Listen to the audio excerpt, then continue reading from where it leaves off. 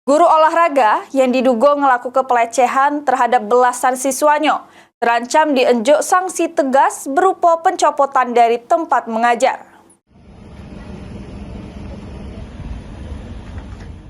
Kepala Sekolah SD 49 Suwandi yang belasan siswanya dicabuli oleh oknum guru olahraga, ini sudah melapor ke tindakan sang oknum guru ke Dinas Pendidikan Oku.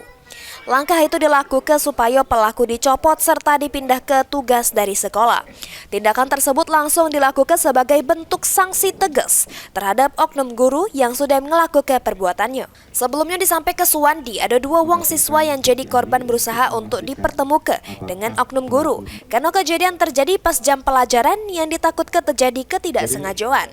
Namun wong tua para siswa tidak terima sehingga langsung melapor kejadian tersebut ke polisi, yang kemudian dipeloi beberapa wong lainnya yang juga mengaku pernah dilecehkan sehingga korban jadi banyak.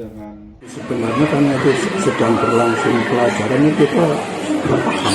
Maksudnya itu nggak paham karena memang kalau sudah dibariskan ini guru olahraga sudah olahraga yang jalankan tugasnya sesuai yang tujuannya, jadi menganggap itu bahwa itu sudah jalan. Sementara kalau memang ada kejadian seperti itu, seandainya guru itu memberikan pertolongan dan pertolongan anak misalnya olahraga supaya belum bisa dibantu, itu misalnya dianggap pelecehan, ya kami paham.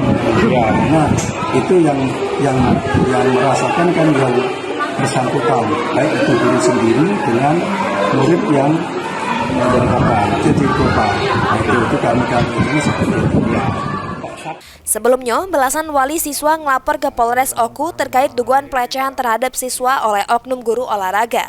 Kepolisian Dewek juga ini sudah membuka posko pengaduan untuk para korban yang nak ngelapor. Adi Pranika, PAL TV.